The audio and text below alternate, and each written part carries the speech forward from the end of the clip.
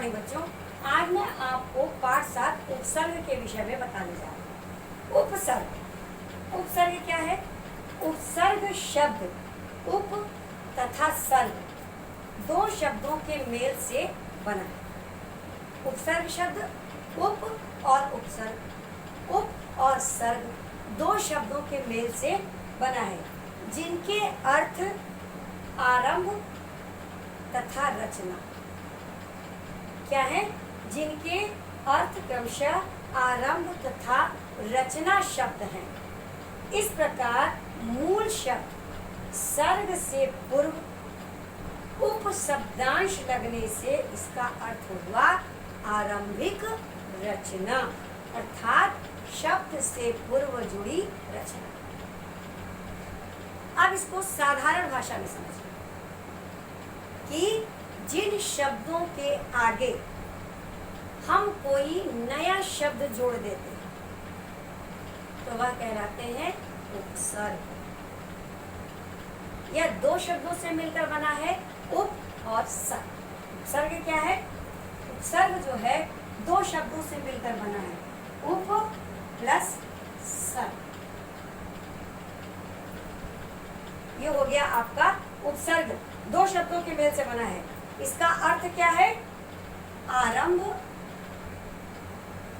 और रचना, यानी किसी भी नए शब्द को शब्द से पूर्व या पहले जुड़ जाना, उसकी आरंभिक रचना कर देना, ये हो गया आपका उपसर्ग। अब कहने का तात्पर्य यह है कि उपसर्ग जो है, अब सुनिए कि उपसर्ग क्या है एक साधारण और सही भाषा। उपसर्ग वे शब्दांश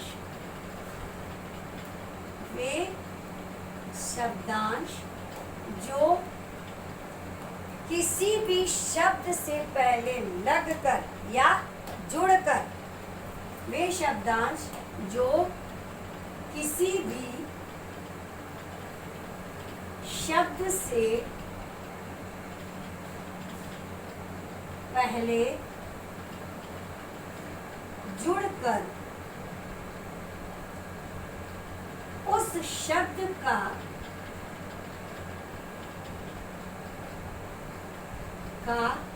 अर्थ बदल देते हैं।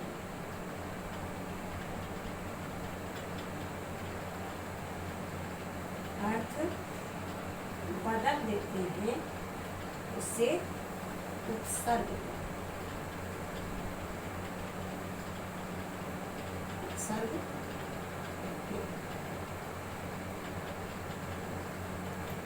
एकदम साधारण भाषा में है कि वे शब्दांश जो किसी भी शब्द से पहले या पूर्व जुड़कर उसके अर्थ को बदल देते हैं, वे उपसर्ग कहलाते हैं। कोई भी एक शब्द लीजिए और उसके पहले एक नए शब्द को जोड़ दीजिए तो उसके अर्थ में परिवर्तन आ जाएगा। जैसे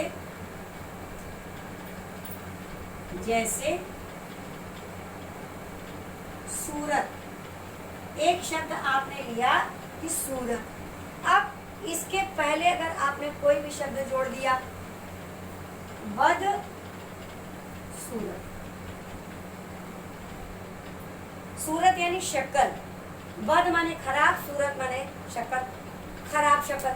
अब यहाँ पे तो सिर्फ ये सूरत था, यानी शक्ल थी, अच्छी थी या बुरी थी ये नहीं, लेकिन इसके आगे हमने बद शब्द लगा करके इसके अर्थ में परिवर्तन ला दिया, तो ये क्या हो गया? उपसर्ग। उपसर्ग इसमें क्या हो गया? बद। बद क्या है? यह उपसर्ग है। इसके आगे अगर आपने लगा दिया खूब तो सुंदर हो गई, सुंदर शक्ल। जो भी शब्द आप प्रयोग करना चाहें, इसके पहले अगर आप लगा देते हैं, शब्द के पूर्व जोड़ देते हैं और उसके अर्थ में परिवर्तन तुरंत हो जाएगा। जैसा कि अभी यहाँ हुआ कि हमने एक शब्द लिया सूरत और उस सूरत के पहले एक नया शब्द जोड़ दिया वध, अर्थ में परिवर्तन हुआ। जी इसी तरीके से आप किसी भी शब्द को लेकर अगर उसके पूर्व एक नया शब्द जोड़ देते हैं तो शब्द के अर्थ बदल जाएंगे, वही उपसर्ग। जो शब्द आपने नया जोड़ा है वही शब्द आपका उपसर्ग हो गया। लेकिन इतना याद रखिए कि हमेशा आप जब शब्द से पहले नए शब्द को जोड़ेंगे तभी उपसर्ग कहलाएगा। इसी तरीके से प्रत्यय है जो बाद में हो सकता है आपके पाठ में आए, तो दोनों में बस प्रत्यय जो है पीछे जोड़ देते हैं नए शब्द और उपसर्ग में आगे जोड़ देते हैं। तो फिलहाल ये तो उपसर्ग हम पढ़ा रहे हैं आपको। तो किसी भी शब्द को उसके शब्द से पहले जोड़ देने पर जो है वही उपसर्ग कहलाता है। उपसर्ग सार्थक खंड होते हैं। उपसर्ग को जब अलग किया जाता है तो उसके सही अर्थ निकलते हैं, उसके जो खंड होते हैं वह सार्थक होते हैं। उपसर्ग शब्द नहीं शब्दांश है, इसीलिए देखिए यहाँ पे शब्दांश लिखा गया है। वे शब्द नहीं लिखा जाता, वे शब्दांश लिखे जाते, क्योंकि वे जो शब्द हैं वे शब्द के सही अर्थ निकालते हैं। शब्दों के अंश जो है वो सही अर्थ निकालते हैं, सार्थक, तो इसलिए इन्हें शब्दांश कह दिया। तो इनके सार्थक खंड होते हैं। अगर इन्हें अलग अलग निकाला जाए तो यह सार्थक खंड कहे जाए। फिर नंबर 3, और क्यों होते हैं? उपसर्ग शब्द नहीं शब्दांश होते हैं, इनका अकेले कोई महत्व नहीं है, अकेले इनकी कोई कीमत नहीं है। ये किसी अन्य शब्द के साथ जुड़कर ही नए अर्थ का निर्माण करते हैं। जब ये शब्द किसी नए शब्द के साथ जुड़ जाते हैं तभी इनका अस्तित्व है, अन्यथा नहीं। उपसर्ग सदैव शब्दों के आरंभ में जुड़ते हैं। ये 3 बातें बहुत महत्वपूर्ण है, आपको याद रखनी है कि उपसर्ग जो है वह सदैव शब्द के शुरुआत में ही जुड़ते हैं और उनका अर्थ बदल देते हैं। जैसे हार आपने लिखा, मान लिया आपने लिखा हार, यह हार आपका क्या हो गया? गले का हार। लेकिन इसके आगे आपने उपसर्ग लगा दिया, उपहार। ये उपहार क्या हो गया आपका? गिफ्ट, भेंट देना किसी को। अंतर आ गया, शब्द के अर्थ में परिवर्तन हुआ। ये तो हार अकेला गले का हार था, लेकिन इसके आगे उपसर्ग लग गया, एक नया शब्द जुड़ गया तो वह उसका अर्थ परिवर्तित हो। ये है उपसर्ग। तो हमने क्या बताया आपको कि उपसर्ग वे शब्दांश जो किसी भी शब्द के पहले जुड़कर उसका अर्थ बदल देते हैं या नए शब्दों का निर्माण कर देते हैं, ये भी कह सकते हैं आप, तो वही उपसर्ग कहते हैं। इसके 3 विशेष बातें क्या हैं कि उपसर्ग सार्थक खंड होते हैं। दूसरा क्या है कि उपसर्ग शब्द नहीं शब्दांश होते हैं, इनका अकेले कोई महत्व नहीं होता, ये किसी अन्य शब्द के साथ जुड़कर ही नए अर्थ का बोध कराते हैं। तीसरा, उपसर्ग सदैव शब्दों के आरंभ में लगते हैं और उनका अर्थ बदल देते हैं। ये 3 बातें इंपॉर्टेंट है, मुख्य हैं इसके विषय में। अब देखिए उपसर्ग के भेद।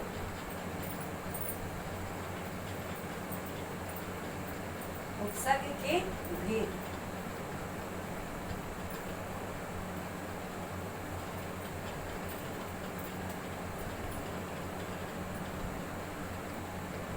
उपसर्ग के भेद।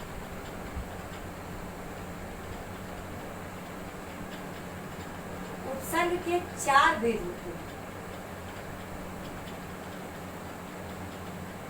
उपसर्ग के 4 भेद होते हैं।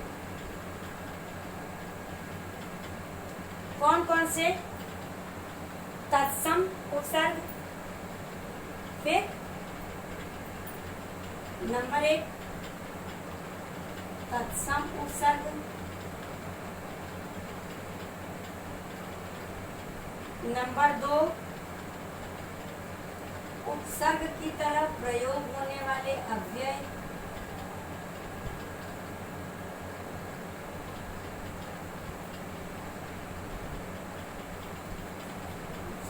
तरह प्रयोग होने वाले अव्यय। फिर नंबर 3 आपका हो गया तद्भव उपसर्ग।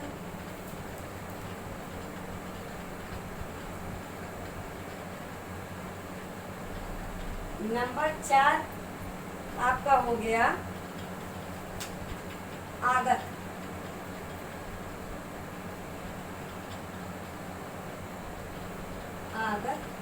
उपसर्ग। 4 तरीके के ये उपसर्ग होते हैं, ठीक। और आगत उपसर्ग के अंतर्गत आपके अरबी फारसी के उपसर्ग और अंग्रेजी के उपसर्ग आ जाते हैं। तो अब ये देखिए कि उपसर्ग के 4 भेद होते हैं। पहला हो गया आपका तत्सम उपसर्ग। तत्सम माने जो शुद्ध होते हैं, जो संस्कृत से आए हुए हैं। तो इसको हम संस्कृत के भी उपसर्ग कह सकते हैं। जो संस्कृत से आए हैं शब्द, उनमें कोई भी हमने परिवर्तन नहीं किया है, वह हो गए तत्सम उपसर्ग। जैसे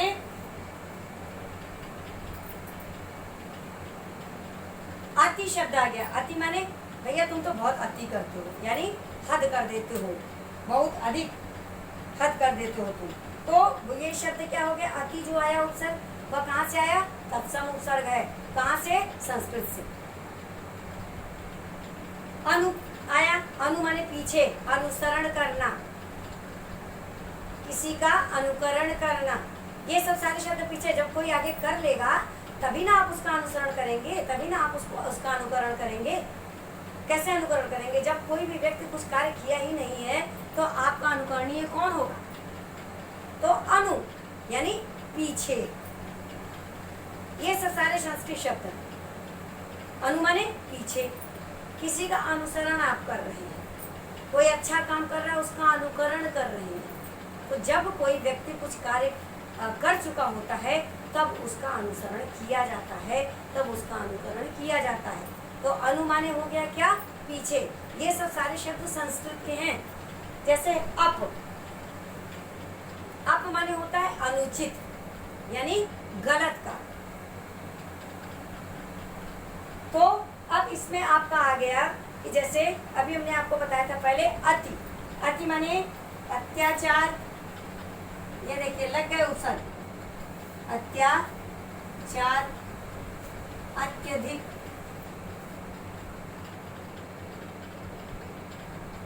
ठीक। अत्याचार, अत्यधिक, अति सुंदर, ये सब सारे संस्कृत के उपसर्ग हैं। अति सुंदर, अति मूर्ख, अति शीघ्र, ये सब सारे संस्कृत के हैं। इसी तरीके से आगे अनु जो हमने आपको बताया था, तो क्या करना? अनुभव, अनुकूल, अनुमति, अनुरोध, है ना, अनुरूप। तो ये सब सारे शब्द संस्कृत के आ गए। अपवाद, अपव्यय, अपकीर्ति, ये संस्कृत के उपसर्ग हो गए। इसी प्रकार दूसरा आपका आ जाता है संस्कृत के अव्यय, ठीक। ये वाले उपसर्ग की तरह प्रयोग होने वाले अव्यय किसके? संस्कृत, है ना। ये हो गए आपके संस्कृत के अव्यय हैं। तो संस्कृत के अव्यय के अंतर्गत मानिए अ सिर्फ अव्यय है। अ, पु, सत, पुनर, अंतर, ये अव्यय के अंतर्गत आते हैं, शब्द के अंतर्गत नहीं। मान लिया क अव्यय आ गया, अव्यय है। आ का क्या हो जाएगा? अभाव। अ माने अभाव, निषेध, निपुण। 3 अर्थ। अभाव कमी, निषेध माने त्याग देना, निपुण माने कुशल। तो इस तरीके से इसका आपका क्या क्या हो गया? अकाल, अज्ञान, अधर्म, ठीक, अनीति, अहिंसा,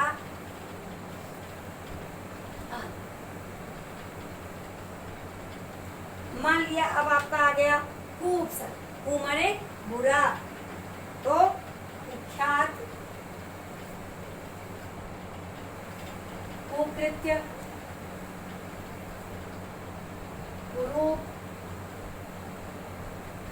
ये आपके आ गए कु अव्यय। ठीक, तो इसी तरीके से अब इसके बाद आपका आ जाता है क्या, तद्भव उपसर्ग। तत्सम जो शब्द संस्कृत से आए थे और हमने उसको वैसे ही ले लिए, कोई भी उसमें फेरबदल नहीं किया, कोई परिवर्तन नहीं किया, कोई बदलाव नहीं किया, जैसे वो संस्कृत के थे वैसे ही हमने उसको स्वीकार कर लिए, वो शुद्ध शब्द हो गए। लेकिन तद्भव वो आए तो संस्कृत से जो शब्द, लेकिन हमने उसमें थोड़ा परिवर्तन कर दिया, उसे अपने हिसाब से प्रयोग में करने लगे, वो हो गए तद्भव। यानी कुछ हिंदी और संस्कृत मिला करके हम उसको बोलने लगे तो वो क्या हो गए, तद्भव शब्द हो गए। अब इसमें मान लिया अब अ माने अभाव, कमी, अधिक, अलग, अनपढ़ या अपढ़ भी कर सकते हैं, अटल। ठीक, ये सब सारे तद्भव उपसर्ग। अधिक, अपढ़। अब दूसरा आपका आ गया अधिखिला। इसमें देखिए जो आगे के शब्द है वही उपसर्ग हैं, पीछे के शब्द उपसर्ग नहीं है। अधिखिला क्यों, क्योंकि जो शब्द के पूर्व लगकर उसके अर्थ को बदल देते हैं। खिला यानी आप तो सोचेंगे खिला हुआ फूल है, लेकिन अगर आपने उसके आगे आधा लगा दिया, आधा खिला हुआ फूल है, अर्थ बदल गया ना। तो जो शब्द के पहले जुड़ जाते हैं वही उपसर्ग है, इस बात को ध्यान में रखिएगा। कहीं भी इधर उधर आप उपसर्ग नहीं जोड़ सकते। जब भी आप उपसर्ग का प्रयोग करेंगे तो वह हमेशा शब्दांश के पहले ही करेंगे, शब्द के पहले ही करेंगे, पीछे नहीं, न बीच में और न बाद में। कब करेंगे, पहले करेंगे, वही उपसर्ग कहलाएंगे। तो अब जैसे मान लिया अनदेखा, ये सब सारे हो गए आपके तद्भव उपसर्ग। अब इसके बाद आपका आ गया आगत उपसर्ग।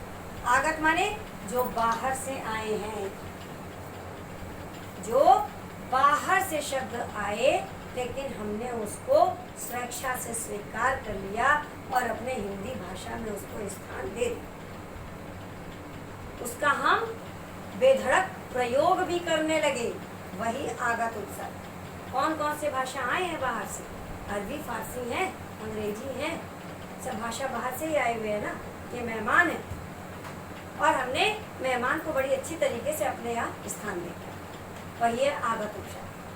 आगत उपसर्ग जो विदेशी है, हमारे देश के नहीं है, लेकिन हमने उन्हें स्वेच्छा से अपने यहाँ जगह दे दी, क्या भैया अब आए हो तो रुक जाओ, ये हो गए आगत उपसर्ग।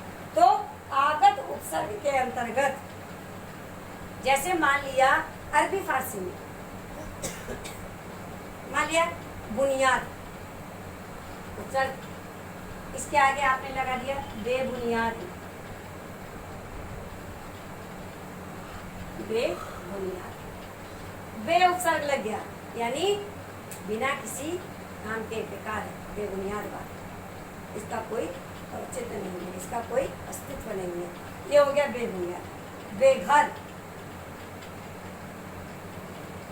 बेघर बिना घर के, ठीक।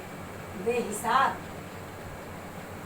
लोग कहते हैं ना किसी को, अरे भाई ये तो बेहिसाब खाता है, मतलब उसका कोई खाने का कोई ढंग ही नहीं है, कोई हिसाब किताब नहीं है, 2 रोटी खाए, 4 रोटी खाए, 20 रोटी खाए, ये हो गया आपका बे। बे शब्द लगा देने से जो है इसके अर्थ बदल गए। इसी प्रकार बद, बदतमीज है ना, बदतमीज हो गया। ये सब शब्द बाहर के हैं, हमारे नहीं, ठीक। बदशक्ल, ये आपके अरबी फारसी जो बाहर से आए हैं, ये हो गए आपके अरबी फारसी। कौन से उपसर्ग हैं, अरबी और फारसी। अब देखिए अंग्रेजी उपसर्ग, अंग्रेजी भी तो बाहर से आए, अंग्रेजी की भाषा है। अंग्रेजी उपसर्ग के अंतर्गत हमने ये देख लिया कि जैसे मान लिया सब, सब माने होता है छोटा, तो सब माने क्या होता है, छोटा या अधीन, जिसके नीचे हम कार्य करते हैं, जिसके अंडर में हम कार्य करते हैं, वो छोटा। जैसे मान लिया सब इंस्पेक्टर, सब इंस्पेक्टर, ये हो गया आपका सब मानी छोटा। इंस्पेक्टर तो है लेकिन कौन सा इंस्पेक्टर है, सब इंस्पेक्टर है यानी छोटा इंस्पेक्टर है। तो इसी प्रकार से हम कई चीजें, सब कमेटी, ठीक, vice principal, vice president, vice chancellor, head boy, head girl, head master, head clerk, हम इन शब्दों का प्रयोग करने लगे। तो ये हो गए अंग्रेजी उपसर्ग। एक बार फिर ध्यान से सुन लीजिए कि उपसर्ग जो है, जब हम वे उपसर्ग वे कहलाते हैं जो किसी शब्दांश से पहले जुड़कर उसके अर्थ में परिवर्तन ला देते हैं, बदलाव ला देते हैं, वही उपसर्ग कहलाते हैं।